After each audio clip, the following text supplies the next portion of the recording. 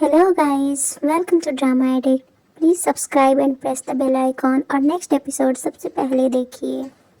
Episode के starting में गो इनयांग से बोलती है कि तुम यहाँ कैसे आ गए? मुझे लगा तुम नहीं आओगे, तुम्हें पहले बताना चाहिए था, तुमने मुझे डरा दिया। वो बोलता है तुम नहीं चाहती थी कि मैं आऊँ। वो बोलती है नहीं, तुम जानते हो कि मैं ऐसा चाहती थी। फिर वो हाथ फैलाता है हग करने के लिए और दोनों हग कर लेते हैं और सब देख रहे होते हैं। गुओ बोलती है तुम्हारे कपड़े पूरे गीले हैं, तुमने छाता नहीं लिया था क्या? वो कुछ नहीं बोलता और टाइट हग करता है उसको। गुओ बोलती है कि तुम यहाँ आते रहते हो, तुम ऐसे में ग्रेजुएशन पास कर पाओगे? वो बोलता है अगर मैं पास नहीं कर पाया तो क्या तुम मुझे नहीं चाहोगी? ये लोग बात कर रहे होते हैं कि हमारा लड़का रिलेशनशिप में बहुत चीजी है। इधर गुओ बताती है कि मैं तुम्हें हमेशा चाहूंगी चाहे तुम ग्रेजुएट ना भी हो।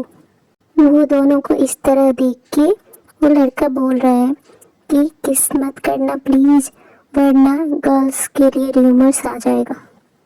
तो उसका सीनियर बोलता है नहीं करेगा, वो उसे पता है ये कौन सी जगह है। इनयांग गुओ को बोलता है मैं तुम्हारा बाहर इंतजार करूंगा और चला जाता है। इनयांग और बाकी सब कंपटीशन देख रहे होते हैं और गुओ वहाँ खेलने आती है।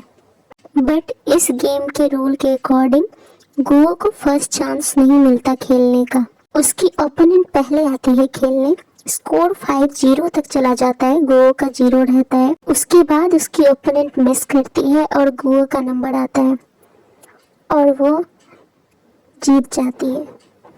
कोच और उसका भाई उसे कॉन्ग्रेचुलेट करता है और बोलता है हम बाहर वेट करेंगे। गुओ इनयांग के पास दौड़ती हुई जाती है और उसका हाथ मांगती है और पकड़ लेती है। इनयांग बोलता है हम बाहर बात करेंगे। वो बोलती है मैं इस जीत को तुम्हें डेडिकेट करती हूँ माय क्वीन।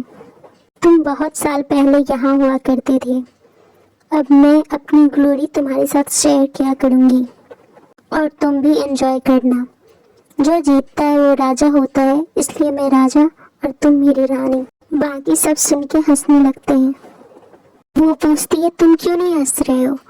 तो वो बोलता है कि तुम जब प्राइमरी स्कूल में थी मैं तभी चैंपियनशिप जीत गया था, कुछ तो रिस्पेक्ट करो। जेडोंग इनयांग को बोलता है कि हैंग आउट करना चाहोगे?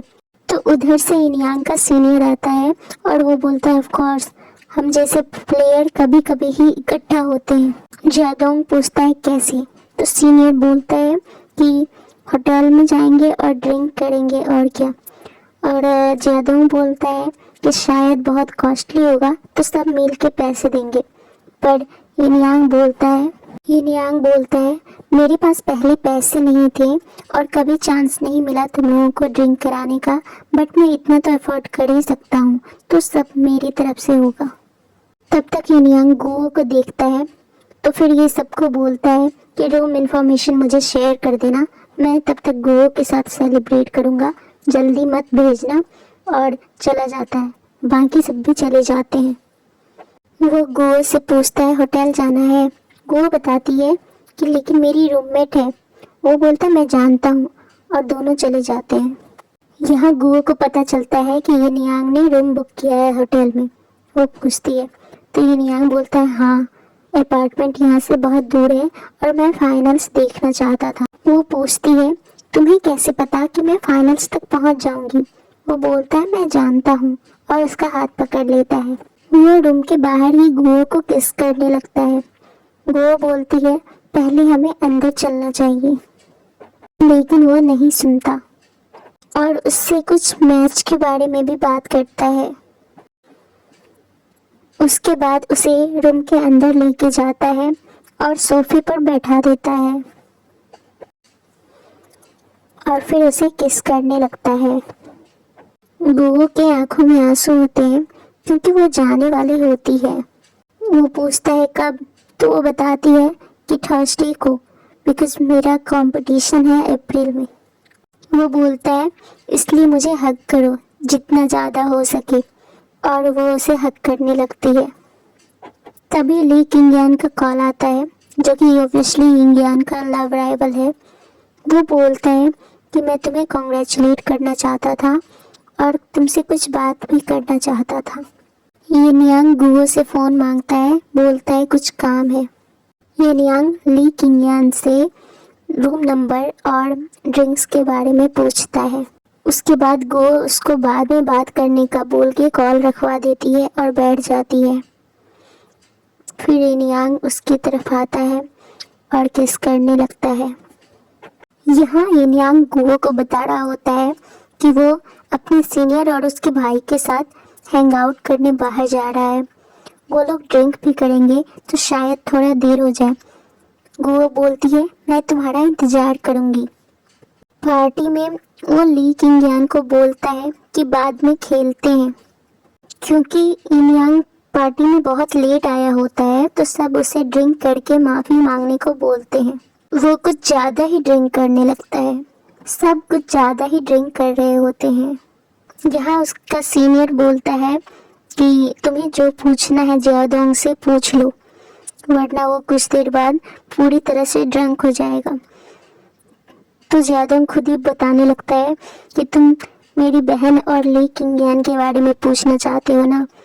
वो बताता है कि गुओ के पेरेंट्स उसे लाइक करते हैं, लेकिन अगर कभी वो साथ में ही रहे होंगे तो भी अब ब्रेकअप कर लिया होगा। वो बताता है लेकिन गुओ की फैमिली से कोई तुम्हारे लास्ट गेम में रेफरी था तो तुम्हारे पास्ट के बारे में जानता है। फिर जियादोंग बोलने लगता है, क्या तुम फिर कभी नहीं खेलोगे? तुम चाहो तो फिर से स्टार्ट कर सकते हो। फिर यिनयांग ली किंगयान के साथ गेम खेलने चला जाता है।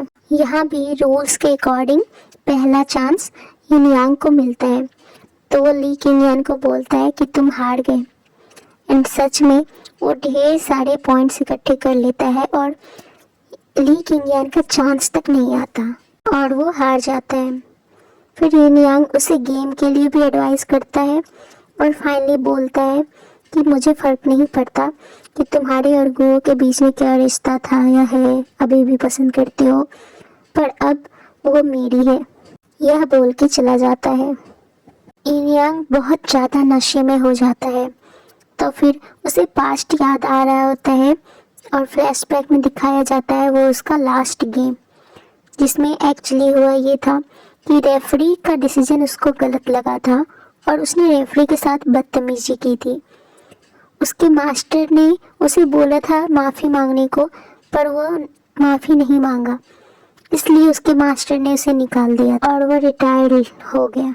फिर वो वेई को कॉल करता है कि क्या कोई पेस्ट्री शॉप खुला होगा क्या, गुओ के लिए केक लेना है, वो आज जीती है।